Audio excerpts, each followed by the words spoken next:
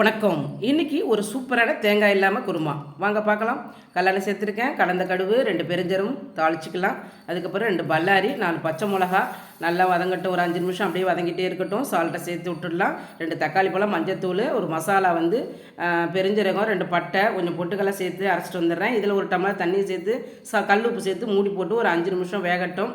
நல்லா மசிச்சுக்கலாம். இதை மசிச்ச உடனே இப்போ அரைச்ச அந்த பேஸ்ட்டை சேர்த்து விட்டு ஒரு டம்ளர் தண்ணியை சேர்த்து அவ்வளோதான் பாருங்கள். இதில் வேறு எதுவுமே சேர்க்கணும்னு அவசியமே இல்லை.